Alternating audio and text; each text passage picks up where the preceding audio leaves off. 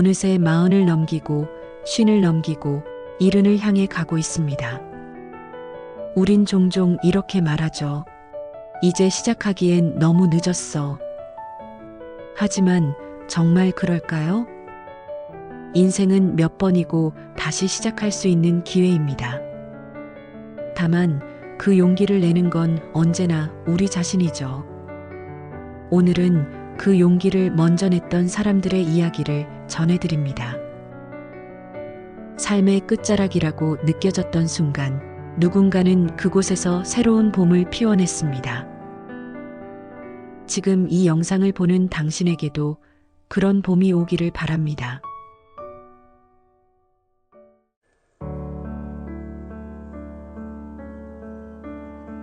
삶의 방향이 어지러울 때 조용히 마음을 들여다보는 사람.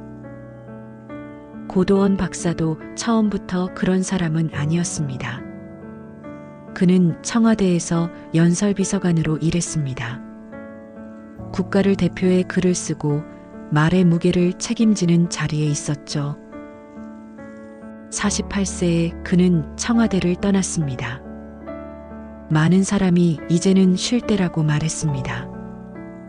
하지만 그는 오히려 그때 조용히 자신을 위한 글을 쓰기 시작했습니다. 매일 새벽 한 줄의 편지가 마음을 깨우는 하루를 만들고 싶었습니다. 누군가의 시작이 될 수 있기를 바라는 마음으로 그는 하루도 빠짐없이 글을 썼습니다. 그렇게 시작된 고도원의 아침 편지는 지금까지 수백만 명의 마음에 따뜻한 불빛이 되고 있습니다. 한때는 국가의 언어를 만들던 그가 지금은 사람들의 마음을 어루만지는 편지를 쓰고 있습니다.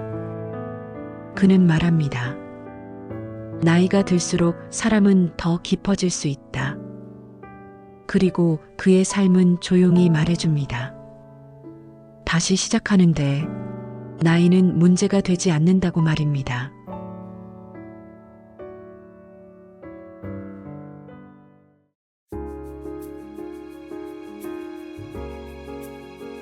누구는 조용히 글을 썼고 누구는 유쾌하게 세상을 놀라게 했습니다. 박막내 할머니는 70이 넘은 나이에 인생을 완전히 새로 시작했습니다. 평생을 식당에서 일하며 살아온 그녀에게 세상은 너무 빠르고 너무 멀게만 느껴졌습니다. 그녀는 말없이 묵묵히 일했고 고된 하루를 끝내고 나면 남는 건 늘 아픈 다리와 혼자 마주한 식탁뿐이었습니다.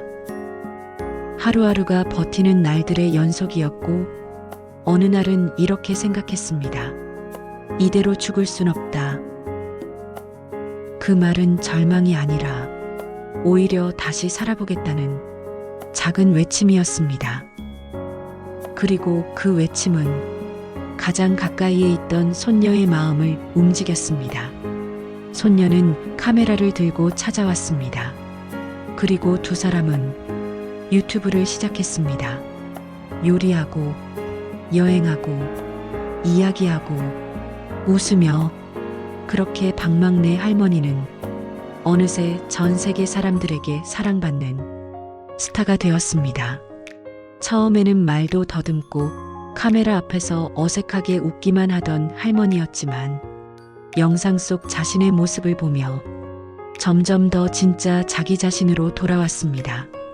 그 웃음에는 지워졌던 젊은 날의 생기와 누군가의 사랑을 받는 사람만이 가질 수 있는 따뜻한 자신감이 담겨 있었습니다. 나이는 숫자일 뿐이라는 말이 이토록 실감 난 적이 있을까요? 그녀의 삶은 말합니다. 늦게 피는 꽃은 더 진하게 피고 지금 이 순간도 누군가에게는 인생이 새로 시작되는 시간일지 모른다고 말입니다. 오래 참고 견뎌온 시간 위에 비로소 꽃이 피듯 그녀의 인생도 그렇게 다시 피어났습니다. 우리가 늦었다고 느끼는 순간 사실은 인생이 가장 진하게 빛나는 시간일지도 모릅니다.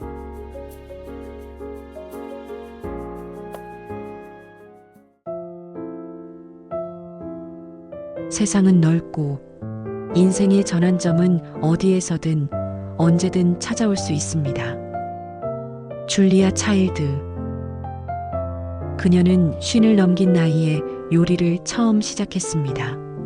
젊은 시절 요리와는 거리가 멀었습니다.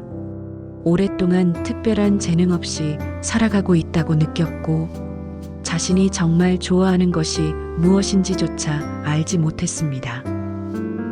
그러던 어느 날 프랑스 여행 중 그녀는 우연히 한 레스토랑에서 소스 요리를 맛보게 됩니다. 그리고 그 한 접시의 맛은 그녀 안의 모든 가능성을 깨워주었습니다. 그 순간 그녀는 깨달았습니다. 자신이 얼마나 오랫동안 무엇인가에 진심을 다해본 적이 없었는지를 말입니다. 요리는 그녀에게 단지 식사가 아니라 열정의 언어였고 삶의 리듬이었습니다. 그 늦은 열정은 놀랍도록 생생한 활력을 그녀의 삶에 불어넣었습니다. 처음엔 쉽지 않았습니다. 파이는 타고 크림은 분리됐고 소스는 어정쩡한 맛이 나기도 했습니다. 하지만 그녀는 실수조차 유쾌하게 넘겼습니다. 실패는 배우는 과정이라고 웃으며 다시 냄비를 올렸습니다. 그녀의 주방은 완벽을 위한 공간이 아니라 자신을 실험하고 수용하는 따뜻한 실험실이었습니다. 요리를 배우고 만들고 쓰고 가르치면서 그녀는 점점 자신만의 요리 철학을 쌓아갔고 결국 49세에 첫 요리책을 펴냈습니다. 그리고 그 책은 미국 전역의 주방을 바꿔놓았습니다. 그 후로 줄리아는 텔레비전 요리 프로그램에 출연하게 됩니다. 그 방송에서 감자 케이크를 뒤집다 바닥에 쏟는 장면은 아직도 많은 사람들의 기억에 남아 있습니다. 그러나 그녀는 전혀 당황하지 않았습니다. 웃으며 말했죠. 괜찮아요. 다시 담으면 돼요. 어차피 맛은 똑같답니다. 그 장면은 단지 사고가 아니라 줄리아 차일드라는 사람을 가장 잘 보여주는 순간이었습니다. 그녀는 실수를 두려워하지 않았고 실패를 부끄러워하지 않았습니다. 오히려 그 순간 여유와 용기를 만들어냈습니다. 인생도 그렇다고 그녀는 요리로 말하고 있었던 겁니다. 줄리아는 요리를 통해 인생을 다시 시작하는 법을 보여줬습니다. 늦은 나이에 배우고 완벽하지 않아도 도전하고 그 모든 것을 그녀는 삶 전체로 증명해냈습니다. 그녀의 삶은 말해줍니다. 시작하지 않아서 놓치는 것들이 얼마나 많았는가. 그리고 지금이라도 진심을 담는다면 당신의 인생도 얼마든지 다시 끌어오를 수 있다고 말입니다.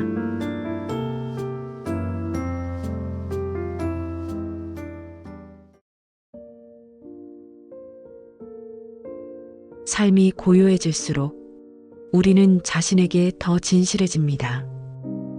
그랜마 모세스는 70대가 넘어서야 붓을 들었습니다.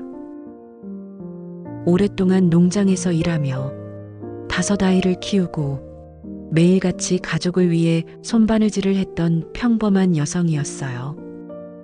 그러나 나이가 들어 손마디에 관절염이 찾아왔습니다. 더 이상 바느질을 할 수 없게 된 어느 날, 사촌이 건넨 붓 한 자루가 그녀의 인생을 다시 쓰기 시작했습니다. 처음엔 바느질 대신 심심풀이였지만 하얀 캔버스를 채우는 색깔과 선들은 언젠가부터 그녀 안에 있던 기억과 감정을 꺼내놓기 시작했습니다.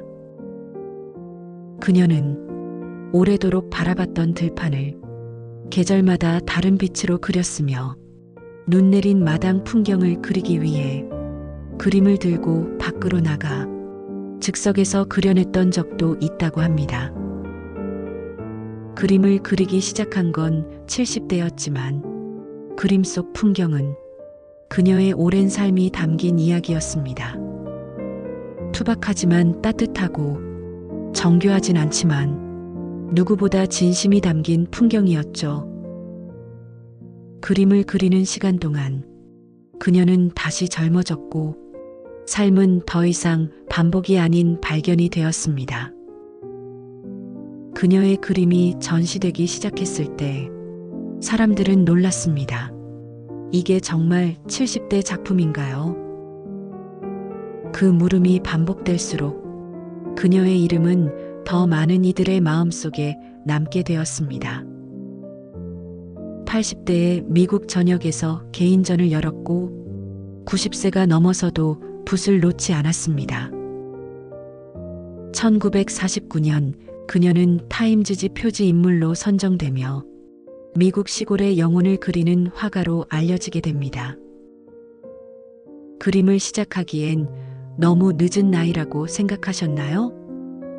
그랜마 모세스는 이렇게 말합니다. 늦게 시작했기에 더 순수할 수 있었어요. 그녀의 그림 속 풍경은 단순히 시골의 모습이 아닙니다. 그건 참아온 시간, 기다려온 계절, 그리고 포기하지 않은 한 사람의 내면이었습니다. 그랜마 모세스는 인생의 가장 끝자락에서 세상에 가장 따뜻한 색을 남겼습니다. 그녀의 삶은 말해줍니다. 꽃이 언제 피느냐는 중요하지 않다. 중요한 건 피우고 싶은 마음이다.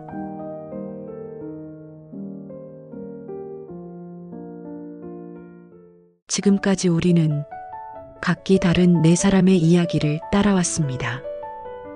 누군가는 글로, 누군가는 요리로, 누군가는 웃음과 영상으로, 그리고 또 누군가는 붓 하나로 다시 인생을 시작했습니다. 그들의 공통점은 늦음을 두려워하지 않았다는 것입니다. 그리고 그 용기는 결국 인생을 다시 피워냈습니다. 고도원의 아침 편지에는 이런 말이 있습니다. 늦게 피는 꽃은 더 향기롭고 더 오래갑니다. 당신의 인생도 지금부터가 가장 빛나는 계절일지 모릅니다. 천천히 그러나 분명하게 당신의 이야기를 다시 써내려 가시길 바랍니다. 오늘의 이야기가 마음에 남으셨다면 앞으로의 이야기들도 함께 해주세요. 구독과 좋아요는 저희에게 큰 응원이 됩니다.